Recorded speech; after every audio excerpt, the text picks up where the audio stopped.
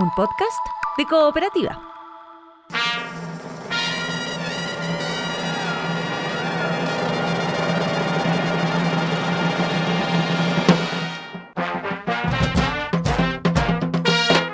Hola, esto es Salud por la Historia, un podcast que reúne las conversaciones que hemos tenido durante ya varios años con el dramaturgo Andrés Kalavsky.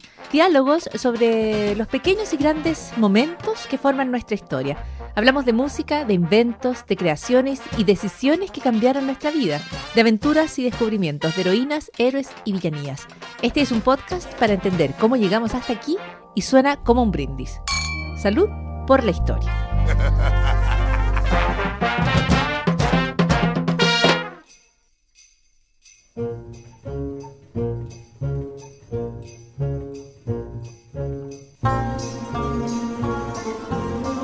Hola, a esta hora en la radio y a esta hora en cualquier momento si nos estás escuchando a través del podcast o de la aplicación, en fin, tenemos historias improbables. Tenemos resultados inesperados de movimientos que generaron una serie de eventos, en algunos casos desafortunados, pero en algunos casos afortunados. Y de ellos hablamos junto a Andrés Kalavsky en esta nueva temporada de su sempiterno podcast Salud por la Historia. ¿Cómo estás, Andrés? Aquí, sempiterno. ¿Qué es sempiterno? ¿Sabes lo que es? Eterno. Me encanta la manera sempiterna de decir eterno. Porque se refiere a lo que tuvo principio, pero no tendrá fin. Claro. Ya, pero es distinto porque lo eterno no tiene No, ni lo principio eterno no ni empieza. fin. Lo eterno es. Exactamente. En cambio, lo sempiterno en algún momento parte, o sea, en algún momento no existía, como este podcast. ¿Hubo algún momento en que no existiera este podcast? Ya no recuerdo. ¿Sabes qué? Voy a ir inmediatamente a buscar cuántos episodios de Salud por la Historia hay. De hecho, deberíamos hacer un concurso. Si usted sabe cuántos episodios de Salud por la Historia tenemos, Cuéntenos. cuéntenos. ¿Sabes quién va a saber? Patricio Chacur. Toda la razón. Sí, el distinguido responsable de cooperativapodcast.cl. Un saludo. Andrés Kalavsky. Mande. Es cierto que vamos a comenzar esta historia de eventos encadenados de hoy, con la malaria, con los pantanos. Claro. Pues la malaria, ¿te acuerdas de esa enfermedad que originalmente se suponía que te daba por un mal aire? Claro, como miasma. Claro, la teoría del miasma de la que hemos hablado varias veces, que es como, aquí huele mal, debe ser que en este olor, en estos gases, hay partículas que nos hacen mal. Y eso es lo que nos enferma. Que era una teoría equivocada, pero no era mala.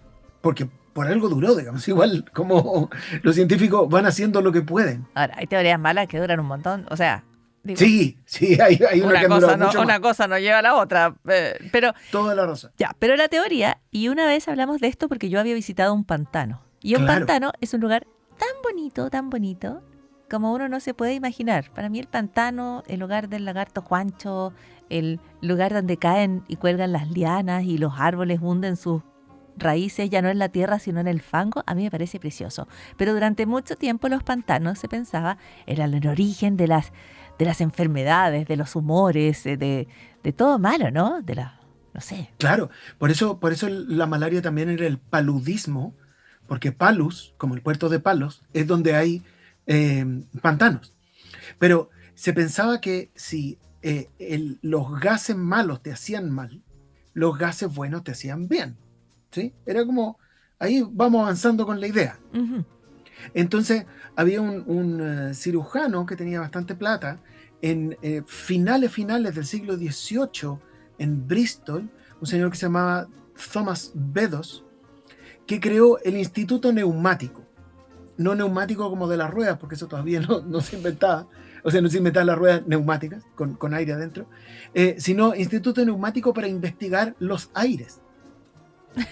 Neumático es una gran palabra, ¿no? Es una gran palabra. Es una gran palabra.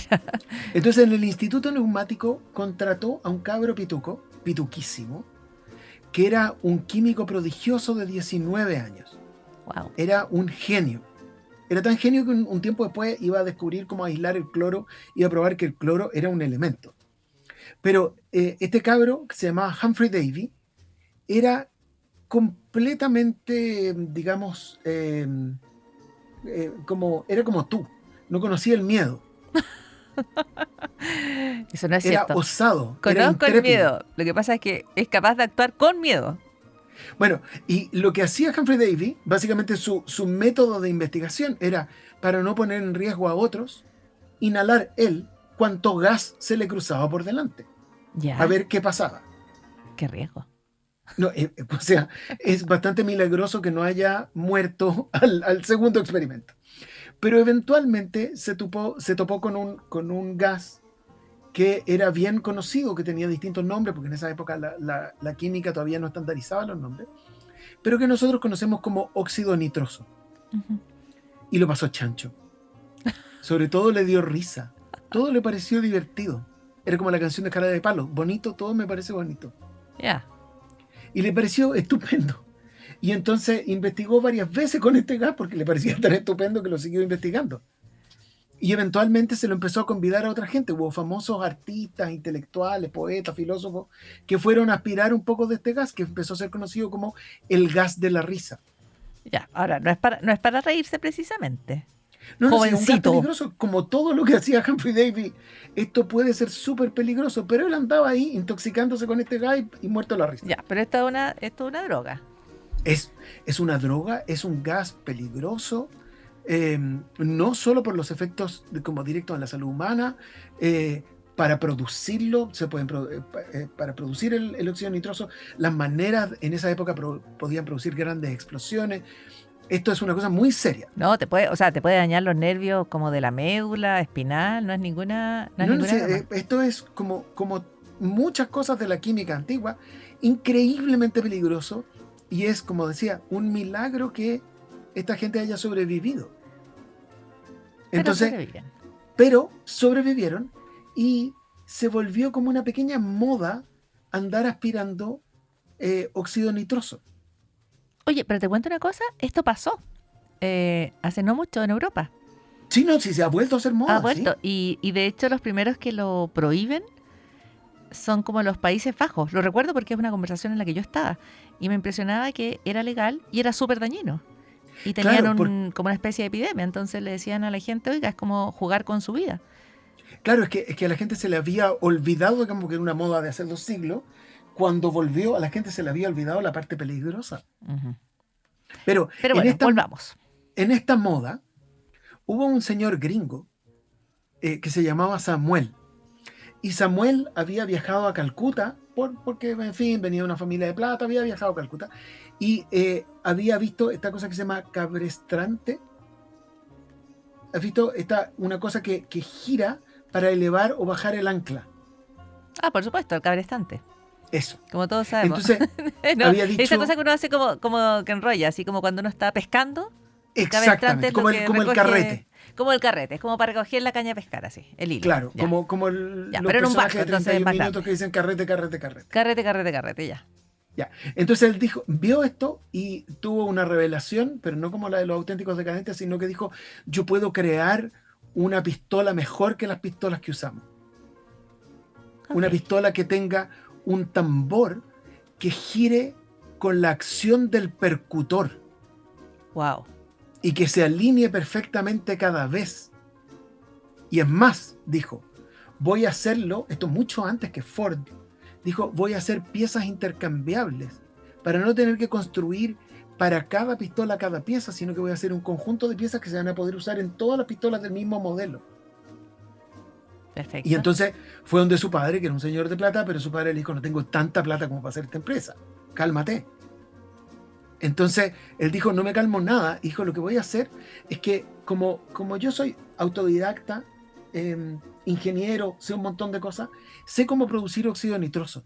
Entonces voy a hacer demostraciones públicas con óxido nitroso que son muy divertidas, a la gente le gustan mucho, porque subimos a alguien y hace un poco el ridículo, y puede ser muy llamativo. Y entonces emprendió una gira de conferencias sobre óxido nitroso, con sus propiedades, qué sé yo, pero eran sobre todo espectáculos. Sí, esto era como para la risa, para la talla. Para la talla, para Ya. echar la talla, de Ok. manera bien peligrosa, Súper, pero bueno. de nuevo tuvo muchísima suerte, no se le murió nadie en esta gira, hizo mucha plata y instaló una fábrica de armas a la que le puso con su apellido, porque este señor Samuel se llamaba Samuel Colt. Yo creo que esto de jugar con las drogas y las armas de Samuel Colt, no sé si como que me parece tan bueno.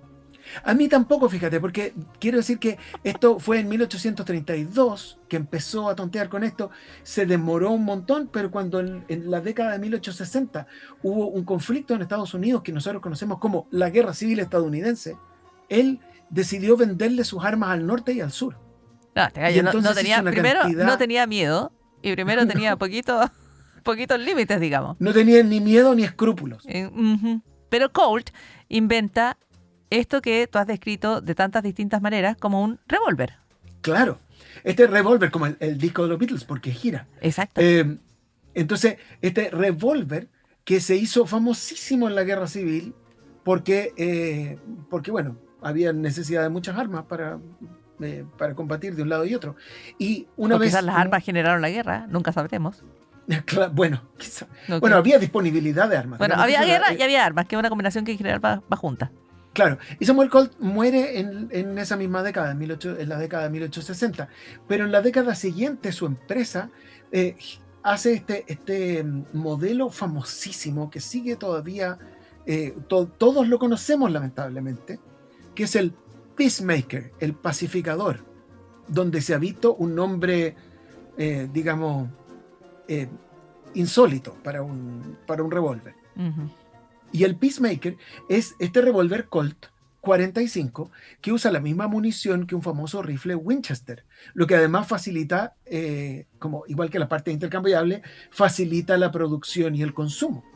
Y con ese revólver, que era altamente efectivo y altamente confiable en comparación con los anteriores, la gente lo empezó a usar para defenderse y para atacar sobre todo a las poblaciones de nativos americanos en Estados Unidos en lo que se llamó la conquista del oeste.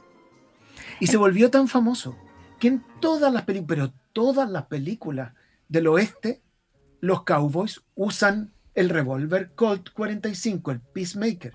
John Wayne andaba siempre con su Peacemaker en las películas.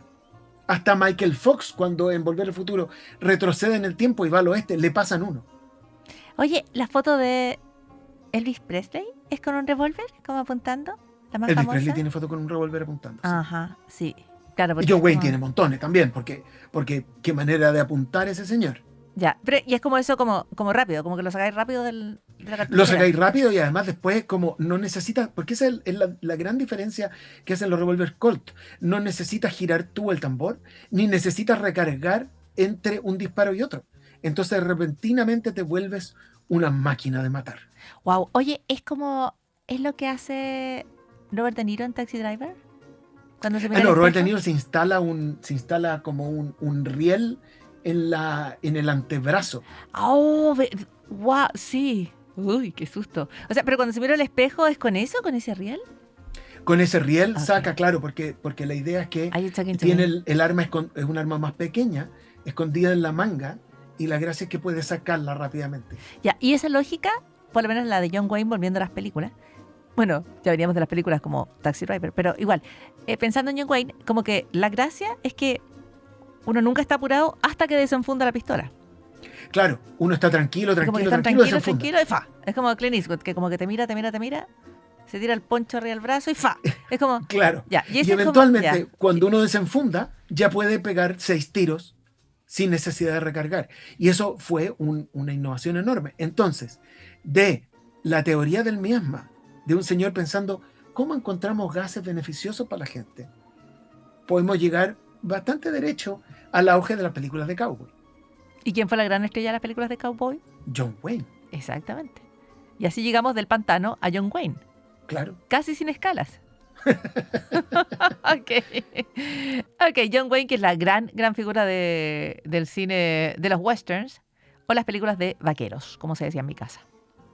Sí, las películas de vaqueros. Mi abuelo decía, yo quiero una con harto balazo para dormir la siesta. Sí. En mi casa se decía achaucha al muerto por la película de vaqueros, ¿no? Porque esto era como... Claro, sí. Era tiros iban, tiros venían. En fin, gran historia. Desde los buenos aires, los malos aires, hasta la historia del revólver, las películas de vaqueros y John Wayne. Y es así como una cosa lleva a la otra, Andrés Kalawski. Sí, pues así y uno no sabe para dónde. Y uno no sabe para dónde. Mientras hay gente que se ríe de los peces de colores porque se puso a aspirar óxido nitroso. No digas eso que, te repito, es muy peligroso. Es muy peligroso. Hay gente que lo hace, está mal, es peligroso, no lo haga. Solo con supervisión médica, para fines médicos. Exactamente. En fin, Andrés Kalavsky irá a pasar la tarde o la siesta viendo una película de vaqueros. Y nosotros seguiremos. No me altere, Paula, que desenfundo. Nosotros seguiremos siempre en el podcast, como John Wayne, que siguió siempre en el cine, ¿no es cierto? Sí, cabalguemos hacia el horizonte, Paula. Cabalguemos ante los horizontes. Me acordé de una frase de John Wayne que dice: nunca confíes en alguien que no toma. ¿Qué tipo de frase es esa?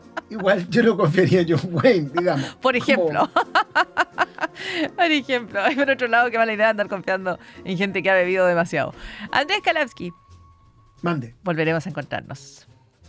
A la hora señalada. A la hora señalada. Chao. Chao.